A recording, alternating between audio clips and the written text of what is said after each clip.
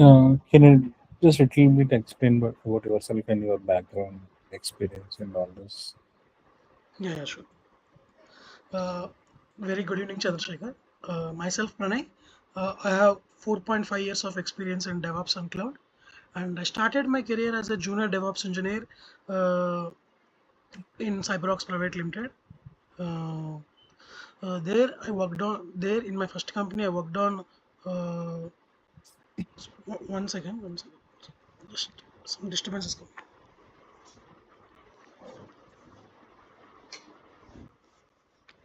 Actually, is my voice clear, Chandrasekhar? Like, Yeah, it is.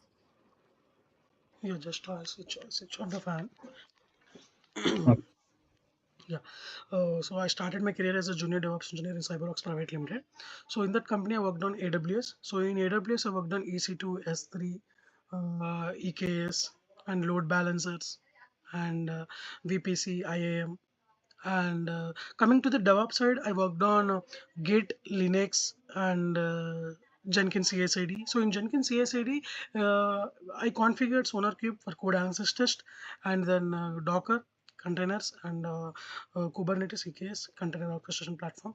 And after the deployment, coming to the monitoring side, I worked on Prometheus and Grafana. So apart from these tools, I worked internal AWS tools like AWS CloudWatch for metrics and to see the logs and CPU, RAM, everything. So soon after I joined in my second organization, I believe IT Solutions. So here I got a chance to work on GCP cloud. So in GCP, I worked on Compute Engine, BigQuery, Cloud SQL, Cloud Function, and CI/CD part, Cloud Build and Cloud Deploy, and GKE mainly, Google Kubernetes Engine, and uh, yeah, after monitoring side and apart from monitoring, here I got a chance to explore an um, alerting tool like Splunk on call. So whenever if I get any call from Splunk on call, I will acknowledge that call and I will work on the task. So if I don't have any access to particular service or thing, immediately I will escalate to my L3 L4 superior team. And apart from these, I worked on IAC tool, Terraform, infrastructure as a code. So by using Terraform, I created the entire infra GCP, VPCs, IAM, firewall rules and subnets, and GKE clusters and yeah, monitoring side, Prometheus and Grafana. Apart from that, I worked on Jabix also. It is also similar to Prometheus monitoring tool. Yeah, these are my skill set and my experience.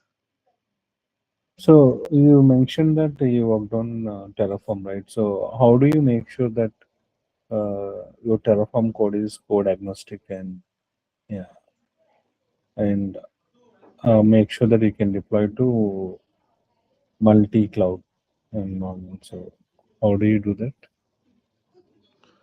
Like I need to deploy the code into multi-cloud, same Yes. code, same Terraform code. Um, yeah, it should be cloud agnostic. Like it, yeah, you need to make sure that it can be deployed to multi clouds. Yeah, Yeah, multi-cloud like yeah, AWS and GCP with single code, right? yes, yeah. Yeah, this one, uh, like yeah, setuping multi-cloud. We need to mention the multi-cloud environments by separate providers and modules while writing the single reusable code base. So this allows us to deploy the same application on AWS and GCP and on premises. Okay, And then by writing provider AWS and uh, by using provider like when I want when we are deploying the multi-cloud from the same Terraform, so I use alias like provider AWS, okay. and so this is the my approach.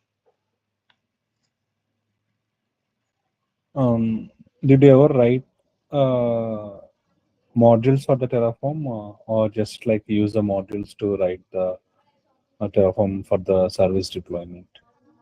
Yeah, I written the modules also like modules and providers is equal to AWS and module providers Google is equal to Google GCP like that. I written the modules also. Okay. So what is null in if it is mentioned null? What is that means to in the Terraform? Null in Terraform, like it will create nothing. Like when we trying to create the infra, Okay. so it null means it's nothing. Like, and it is used to, we can represent the no value, like no value and do nothing. Okay. Yeah, like conditional So, logic and operational configurations we can use. okay. So you mentioned that you worked on Kubernetes, right? So Yes, can you just mention a few core components of the Kubernetes? sure. uh, Mainly Kubernetes core components are HCD. We can store our cluster information, and uh, next we can API. One of the API server, it is a brain for the cluster, and for HCD it is database, and then mainly we have master node and scheduler, because the scheduler decides the which node a pod should run on the containers, and control managers runs the containers, and so these are the core components in Kubernetes. Okay. What is the difference between a stateful and stateless in GPU Yeah, versus yeah, sure. deploy? Yeah. Yeah, sure. uh, stateful stateful versus stateful and stateless, right? Yes. Yeah. Yeah, stateful applications, it is used for stateful. uh, Mainly stateful we use for the deployments, and for web applications and web servers, where stateless it used for stateless, like we use for APIs. Oh, what does it mean in the Kubernetes? Oh, so Okay, stateful and stateless in Kubernetes. yeah. Yeah, for stateless, it means definition is stateless application does not store any data locally. Okay. Yeah, that is the difference. And stateful is where it will uh, like stores the data and has the fixed identity that must be preserved. Okay. Yeah, Hmm. Okay. So when you deploy an application, right? So what are the steps you follow to deploy that application, and how do you expose your endpoint for that application? yeah. Like when we are deploying in Kubernetes, especially. Yes. Yeah. Yeah, and deploying in Kubernetes and endpoints. Yes. Yeah, like endpoints. Yeah, when we are trying to deploy in Kubernetes, mainly the endpoints which should be focused on the passwords, and mm, like, and one more, like uh, through the clear. I mean, when we are deploying the clear step by step, and we need to create the deployment run on the application. Okay. Yeah, and endpoint should be, if it is database endpoints, when it should be hard coded instead of directly enabling. And we need to create the servers internal endpoints, service exposure spots internally inside the cluster, like cluster IP and node port, no, cluster IP internal and node port external. Okay. And next, creating the ingress, it is the external endpoint, external and endpoints. So what is the difference between ingress and node port and cluster IP? Yeah, ingress exposes the servers externally using DNS, host name, and path-based routing. And node port, it is, we can uh, export our IP. Uh, uh, like a node port is external, and uh, and it is static. And the last one is cluster IP is for external, like node port is accessible, and cluster IP expose the services inside the cluster only, and not accessible from the outside. For cluster IP, we can use for the backend services, internal APIs, databases, and cache services. Okay. Mm. So, what are the different types of load balancers that you worked on? And if you deploy external load balancers, what are the security uh, measures that you take care of in order to protect the vulnerabilities or DDoS attacks? Like, okay, different load balance, and what are the security steps I taken for the load balancers, right? Correct. Yeah. Okay, I worked on network load balancer and application load balancer in AWS, and uh, the security. Yeah, coming to the while we are deploying these load balancers, and we need to follow the security concerns, uh, like when we are deploying like web apps and API applications, and these microservices. So we need to give the proper uh, layered security approach, like network access and the traffic, and for application load balancer we use HTTP and HTTPS web and APIs, and for network load balancers high performance TCPs, and placing the load balancer in accurate way, and yeah, these are the steps I will follow.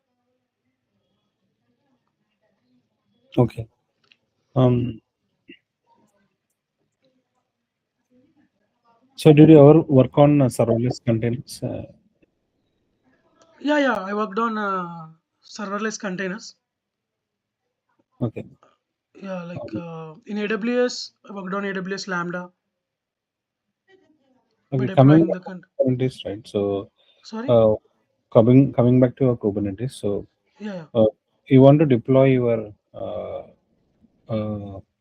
pods using. You can deploy them in multiple ways, right? So, one of the two ways is like you use your manifest files or yes, Helm charts.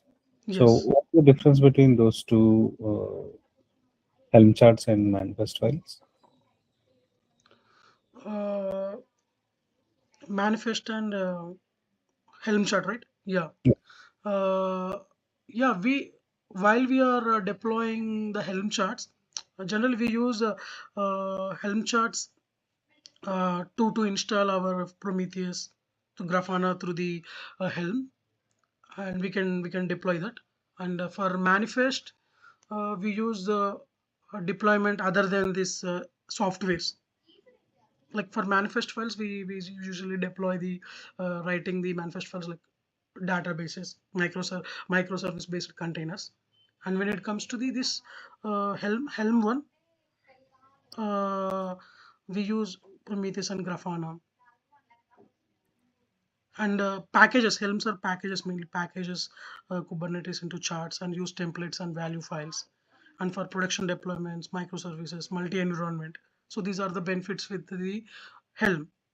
Coming to the manifest files, uh, um yeah, as I told, like deploying through the only kubectl YAML, like direct kube files deployments service and configs applied using only kubectl apply, like simple applications, not like fancy like Helm. Simple applications and small services only we can deploy by using manifest. Okay.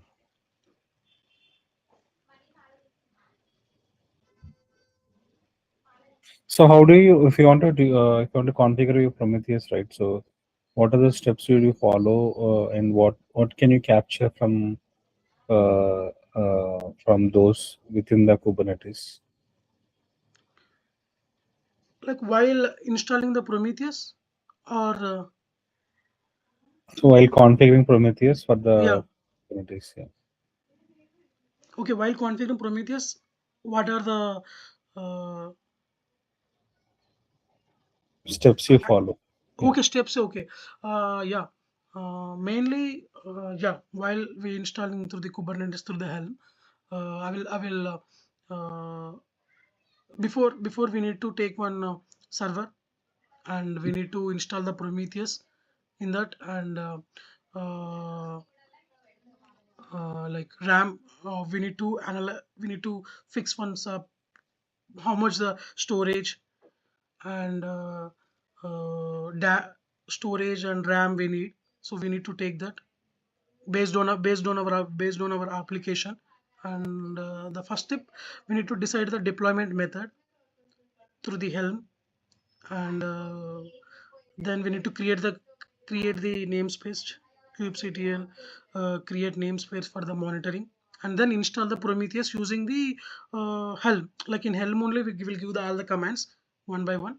So after executing that steps, our Prometheus will install in the our server, and we need to verify the Prometheus pods, kubectl get pods, and we need to verify we need to configure that secret targets, and we need to expose the final one. Like we need to expose the Prometheus UA, then only we can access.